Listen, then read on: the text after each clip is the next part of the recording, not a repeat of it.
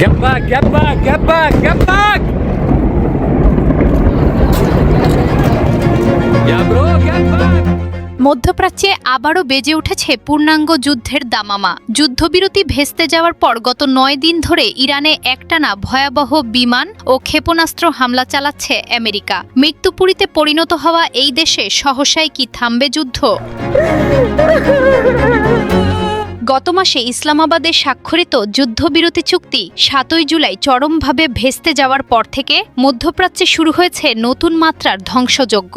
মার্কিন president Donald Trump যুদ্ধবিরতি বাতিল ঘোষণার পর গত ৯ দিন যাবৎ ইরানে একটানা ভয়াবহ হামলা চালাচ্ছে মার্কিন বাহিনী। এই কয়েকদিনে প্রায় ১৪০টি সুনির্দিষ্ট টার্গেটে ৩০০টিরও বেশি নিখুঁত স্ট্রাইক পরিচালনা করা হয়েছে। ইরানের স্বাস্থ্য উপমন্ত্রীর দেওয়া তথ্যমতে এই তীব্র হামলায় শিশু, নারী ও চিকিৎসাকর্মী সহ ইরানে অনেক মানুষ নিহত এবং আহত হয়েছেন।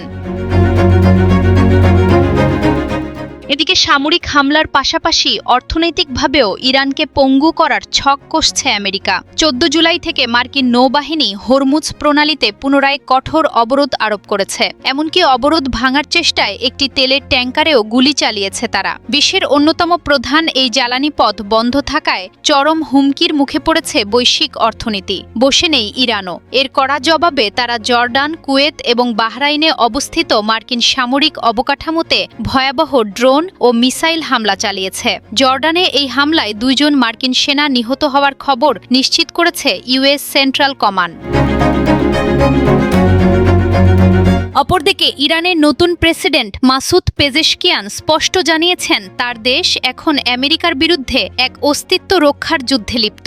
বর্তমান ভূ রাজনৈতিক প্রেক্ষাপট বিশ্লেষণ করলে দেখা যায় ২০২৬ সালে এই যুদ্ধ থামার সম্ভাবনা অত্যন্ত ক্ষীণ। এর পেছনে বড় কারণ হল দুই পক্ষের আস্থার চরম সংকট এবং ইসরায়েলের সরাসরি যুদ্ধে জড়িয়ে পড়ার প্রবল সম্ভাবনা। একদিকে আমেরিকা পারমাণবিক স্থাপনায় বড় হামলার ছক কষছে, অন্যদিকে ইরানও নতুন করে কোনো আপোষে যেতে নারাজ।